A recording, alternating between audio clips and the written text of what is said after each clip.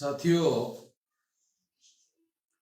अभी 5 राज्यों के विधानसभा में चुनाव हुए और इस विधानसभा के चुनाव में मेरा ऐसा मानना है कि 5 में से महत्वपूर्ण जो राज्य है छत्तीसगढ़, मध्य प्रदेश और राजस्थान में बीजेपी की चुनाव में जीत होने की मुख्य वजह ईवीएम मशीन है। और इसके बारे में ठोस वजह और ठोस कारण भी है।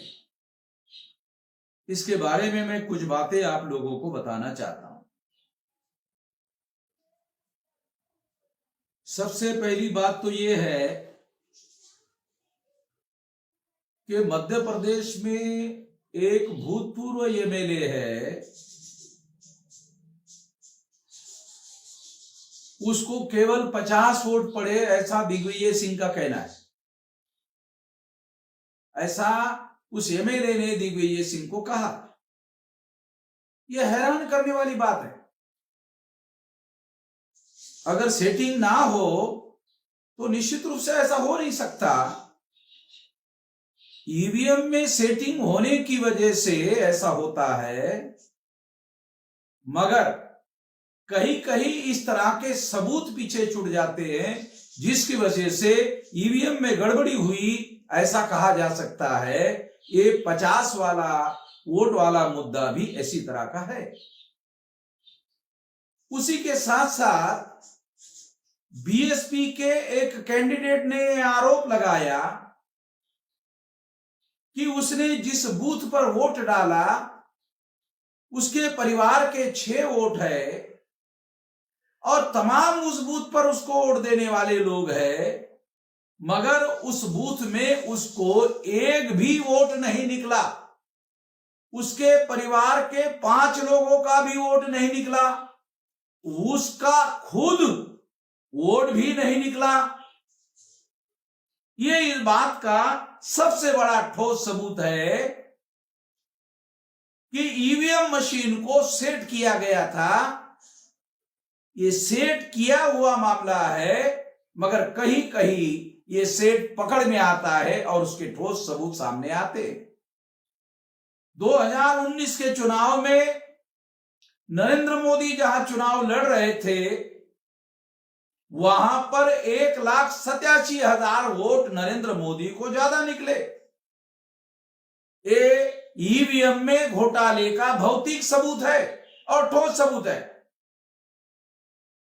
तो ऐसे कई सारे उदाहरण सामने आते हैं। मीडिया वाले इस तरह से इसका प्रचार करते हैं और समर्थन करते हैं कि जब कांग्रेस और विरोधी पार्टी के लोग चुनाव जब हार जाते हैं तो वो ईवीएम पर दोष देना शुरू कर देते हैं। और बीजेपी वाले भी लोग इसी तरह की बातें करते हैं, मीडिया वाले भी इसी तरह की बात करके घोटाले का एक प्रकार से समर्थन करना शुरू कर देते हैं। मगर मैं आपको बहुत खास बात बताना चाहता हूं कि 8 अक्टूबर 2013 को बीजेपी वाले खुद सुप्रीम कोर्ट में ये केस लेकर गए थे। डॉक्टर सुब्रमण्यम स्वामी ये केस लेकर गए थे। उस केस में सुप्रीम कोर्ट ने ये जजमेंट में लिखा हुआ है, उस जजमेंट में ये लिखा कि केवल ईवीएम मशीन के द्वारा फ्री, फेयर एंड ट्रांसपेरेंट चुनाव नहीं हो सकता। फ्री यानी ईवीएम मशीन से मुक्त चुनाव नहीं हो सकता, फेयर यानी निष्पक्ष नहीं हो सकता, ट्रांसपेरेंट यानी पारदर्शी नहीं हो सकता। ये तो क्या सुप्रीम कोर्ट कोई पार्टी है? सुप्रीम कोर्ट तो पार्टी नहीं है। ये तो सुप्रीम कोर्ट ने कहा ईवीएम के बारे में। सारे दुनिया में जिन लोगों ने ईवीएम मशीन बनाई, जापान वालों ने ईवीएम मशीन बनाई, अमेरिका वालों ने ईवीएम मशीन बनाई, मगर वो बैलेट पेपर पर चुनाव करवाते हैं। उनका ईवीएम मशीन पर फ्री फेयर एंड ट्रांसपेरेंट चुनाव होने का यकीन नहीं है, विश्वास नहीं है।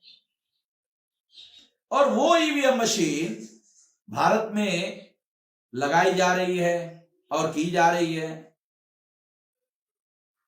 जब 2004 में और 2009 में ईवीएम मशीन के द्वारा कांग्रेस ने चुनाव जीता तो लाल कृष्ण आडवाणी ने इसके विरोध में विरोध किया था।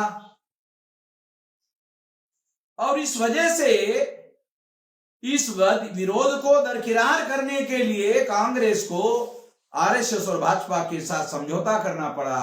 और उस समझौते के तहत दो बातें हुई। एक, उस समझौते के तहत 2014 में और 2019 में 2 बार बीजेपी को ईवीएम से घोटाला करके चुनाव जीतने के लिए अलाउ किया गया। और दूसरा, जो कंप्लेन करने वाले लाल कृष्ण आडवाणी थे उसका पॉलिटिकल करियर पूरी तरह से चौपट हो गया, खत्म हो गया। जबरदस्ती से उसको रिटायर कर दिया गया। और समझौते को मानने के लिए आडवाणी राजी नहीं थे। नरेंद्र मोदी राजी हो गए और इसकी वजह से नरेंद्र मोदी को सामने लाया गया। अगर हम लोग पीछे के बैकग्राउंड में जाकर सारा डाटा कलेक्ट करते हैं तो ये सारी बातें सामने आ जाती है। तो इसलिए अभी जो 3 राज्यों के चुनाव में ऐसा हुआ, ऐसा कहा जा सकता है, इसके ठोस सबूत भी आए हैं। इसलिए मैं ऐसा मानता हूं कि इसको डाइवर्ट करने के लिए भी हो सकता है कि राजस्थान में खून खराबा करने की कोशिश की गई हो और टीवी और मीडिया में खबरें चेंज हो गई हो। मगर सारे अपोजिशन पार्टी के लोगों ने ईवीएम का मुद्दा उठाया, वो नेशनल लेवल पर मुद्दा क्यों नहीं बन रहा है? सारे अपोजिशन के लोगों को ईवीएम का मुद्दा बनाना चाहिए, नहीं तो आने वाले लोकसभा चुनाव में भी वो चुनाव को उनको हरवाया जा सकता है। सारे विरोधी पार्टी के लोगों को इस मुद्दे को लेकर हंगामा करना चाहिए सारे देश भर में। और अगर वो ऐसा नहीं करते हैं तो 200% मान लिया जाएगा कि आने वाले लोकसभा चुनाव में उनको परास्त किया जा सकता है। तो मैं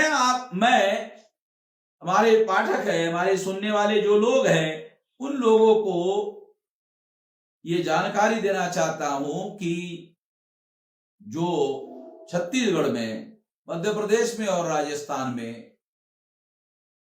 ये जो ईवीएम में घोटाला करके चुनाव करवाए गए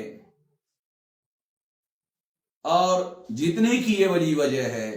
मान लो थोड़ी देर के लिए कल्पना करो कि ये 3 राज्यों में अगर नरेंद्र मोदी चुनाव हार जाते तो क्या आरएसएस के लोग नरेंद्र मोदी को 2024 के चुनाव में प्रधानमंत्री पद का कैंडिडेट बनाने के लिए राजी हो जाते हैं? मैं तो नहीं मानता। अगर वास्तव में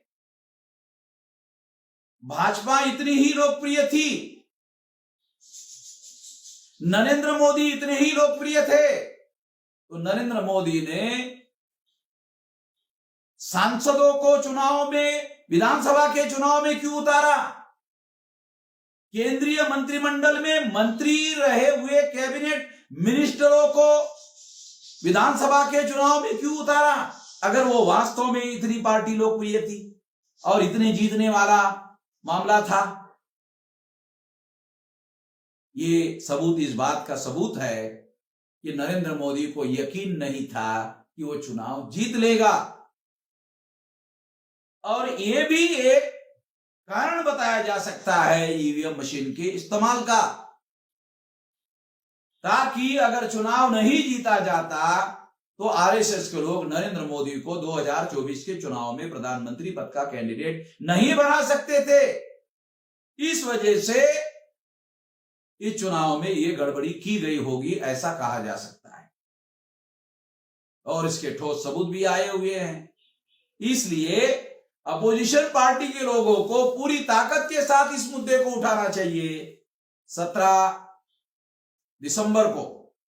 और अपोजिशन पार्टी की इंडिया गठबंधन की जो मीटिंग होने वाली है, मैं उनको अनुरोध करता हूं कि वो इसका रेजोल्यूशन पास करे और इसके लिए सारे देश भर में ईवीएम के विरोध में भारत बंद का ऐलान करे, तो 2024 के चुनाव में उनको चुनाव जीतने का अवसर उपलब्ध हो सकता है, अन्यथा नहीं।